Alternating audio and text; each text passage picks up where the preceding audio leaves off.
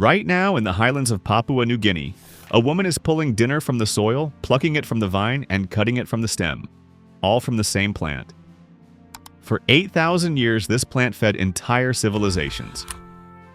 Then, in 1975, the United States government documented something that should have changed agriculture forever. But 50 years later, you've never heard its name. It produces more protein than soybeans. It manufactures its own fertilizer while feeding you. Every single part is edible, 5 foods from one organism. Why would a plant this powerful disappear from public consciousness? Who benefits when solutions that require no corporate input vanish? And what does its erasure tell you about the food system you're trapped in right now? The answer is buried in a 1975 report that reads like a confession. This is the winged bean Sophocarpus tetragonolobus. Welcome to Forgotten Food Chronicles, where we uncover the regenerative foods and ancient ecological wisdom that modern institutions tried to erase. What you're about to hear isn't speculation, it's documented. We'll trace this plant from its ancient roots in Southeast Asia, through the moment it threatened industrial agriculture's business model, to the small networks keeping it alive today. I've spent months in archives, germplasm banks, and indigenous farming communities. What I found isn't just about one plant. It's forensic evidence of a system built on dependency. In the terraced gardens of Papua New Guinea's eastern highlands, the winged bean has grown for so long that no one remembers the time before it. Pollen records and ethnobotanical studies place its cultivation across Southeast Asia and Melanesia for at least 2,000 years, possibly longer. A Huli farmer in the 1960s, before Green Revolution policies reached the highlands, would plant winged bean alongside sweet potato and taro.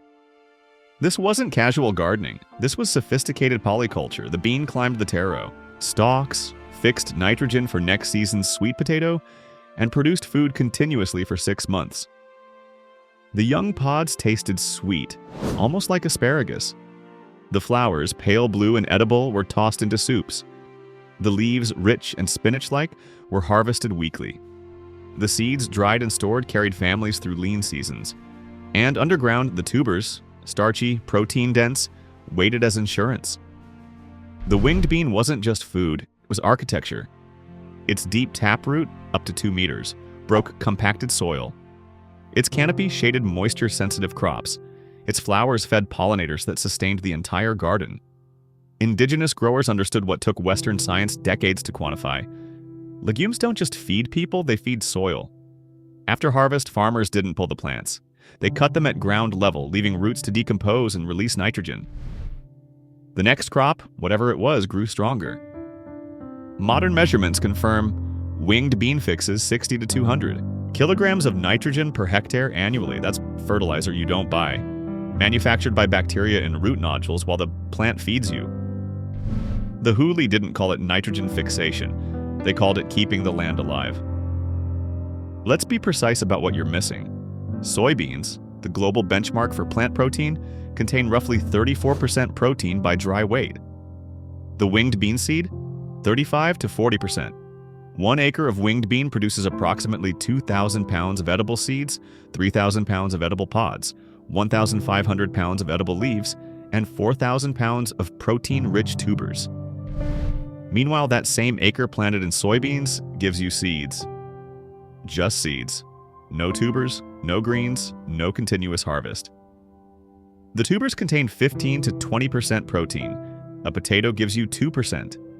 You're looking at a single crop that could replace your bean section, your green section, your starch section, and your fertilizer bill. This wasn't theoretical.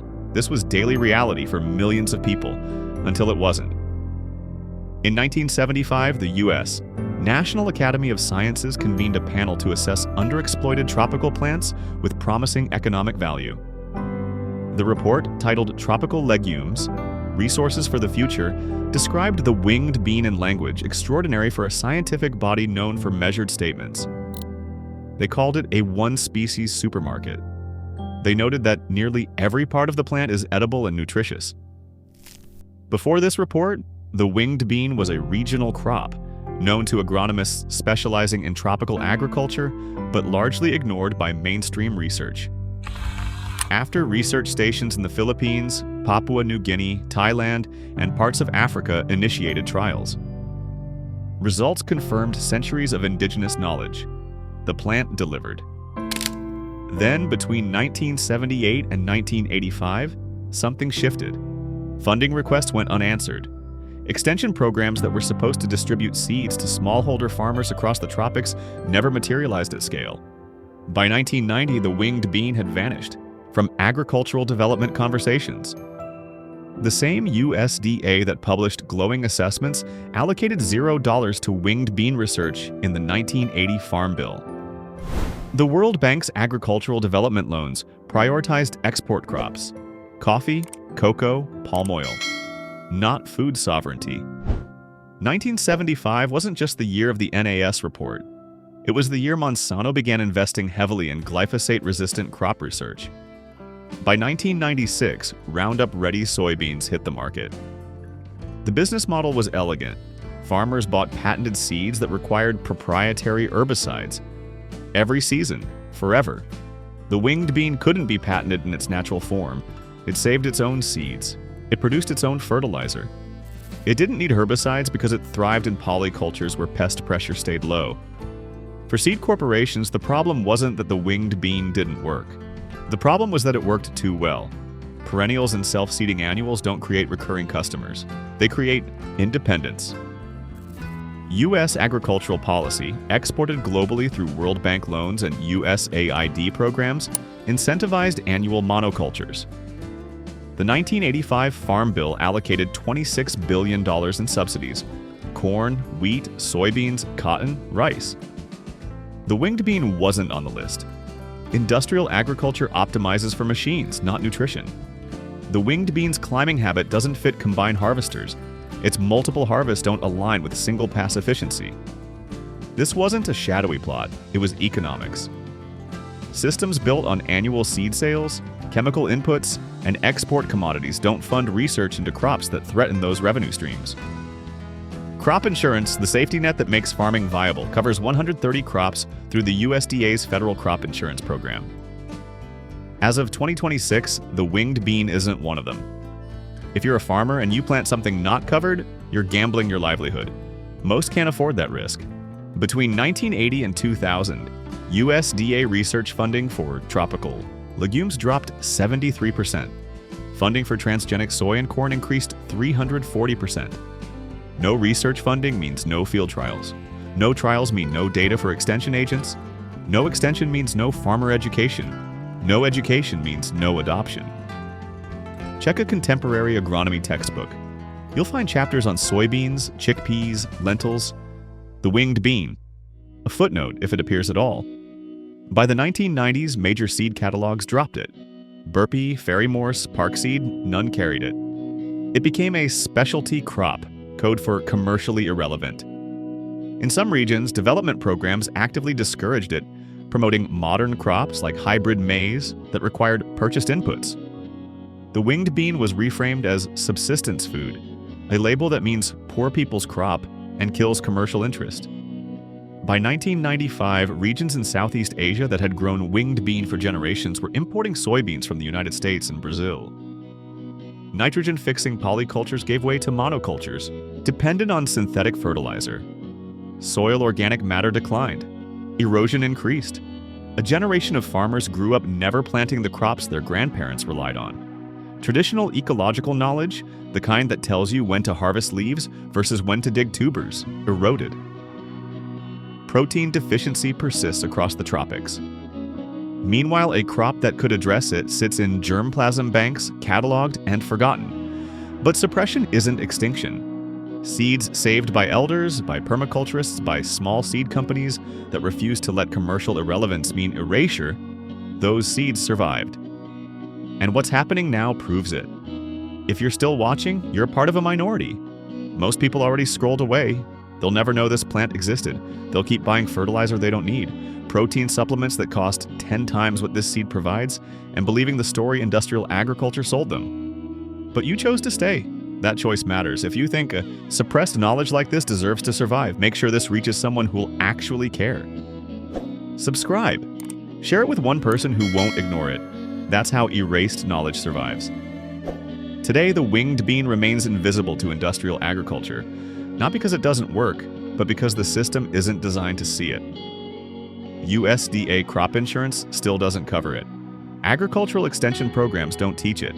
State universities don't breed improved varieties because there's no commercial partner to fund the research. You can't patent a naturally occurring plant, so private investment goes to crops that can be genetically modified and patented. Farmers follow subsidies. If the government pays you to grow corn and soybeans but offers nothing for winged bean, the choice is economic, not agronomic. The infrastructure, combine harvesters, grain elevators, commodity markets, is built for annual monocultures. The winged bean's climbing habit and continuous harvest don't fit that model. You're watching a perennial, nitrogen-fixing, protein-dense polyculture crop lose to an annual monoculture that requires purchased seeds, synthetic nitrogen, and herbicides. Not because it's inferior, because the system is designed to exclude it. Between 2010 and 2023, studies from the University of the Philippines, Papua New Guinea's National Agricultural Research Institute, and Thailand's Kasetsart University confirmed what the 1975 report promised. A 2018 study measured soil organic carbon increases of 2.1 tons per hectare annually in polyculture systems including winged bean. It requires 40% less water than soybeans to produce equivalent protein. Seeds contain all 9 essential amino acids in ratios comparable to eggs. Soybeans grown in monoculture release approximately 1 ton of CO2 equivalent per hectare annually due to tillage and fertilizer production.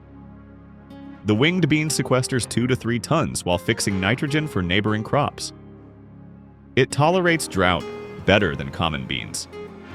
It thrives in marginal soils where industrial crops fail. It produces food continuously rather than in a single harvest window. The science is catching up to what Melanesian farmers have known for 2 millennia. This plant builds soil while it feeds you. In Hawaii, permaculture designer Levi Manua plants winged bean in food forests alongside breadfruit and taro. The results: 40% increase in overall system yield, 0 fertilizer inputs, soil organic matter doubled in 4 years. In Kerala, India, small-scale farmers are integrating it into traditional home gardens, where it climbs coconut trees and produces pods for 6 months. You can grow this plant. Seeds are available through Baker Creek Heirloom Seeds, Kitazawa Seed Company, and Seed Savers Exchange. It needs full sun, something to climb, and a frost-free season of at least 120 days. It tolerates poor soils because it makes its own nitrogen. Harvest leaves after 6 weeks, pods after 10 weeks, seeds after 16 weeks, tubers after 6 to 8 months. Young pods stir-fry like green beans. Leaves saute like spinach. Seeds cook like any dried bean. Tubers boil, roast, or mash. Every winged bean you grow is a vote against 50 years of institutional neglect. Every seed you save is knowledge transmitted outside the system that tried to bury it. Right now, industrial agriculture is depleting topsoil 100 times faster than nature can rebuild it. Synthetic nitrogen production accounts for 1 to 2% of global CO2 emissions. Monocultures are collapsing under pest pressure and climate instability. Meanwhile, the winged bean is quietly rebuilding soil, fixing its own nitrogen, and thriving where industrial crops fail. It feeds soil while it feeds you. It survives droughts that kill annual crops.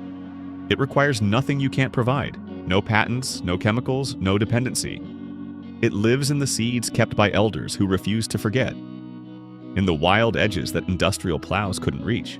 In the memory of land that remembers its roots even when we don't. This is Forgotten Food Chronicles, where we uncover the regenerative foods and ancient ecological wisdom modern institutions tried to erase. If this changed how you see the protein on your plate or the soil under your feet, make sure you're subscribed. The next vault opens in 3 days. A grain that reseeds itself every year, erased because it threatened the annual seed model. And if you know someone who'd actually plant this, grow this, remember this, send it to them. That's how suppressed knowledge returns.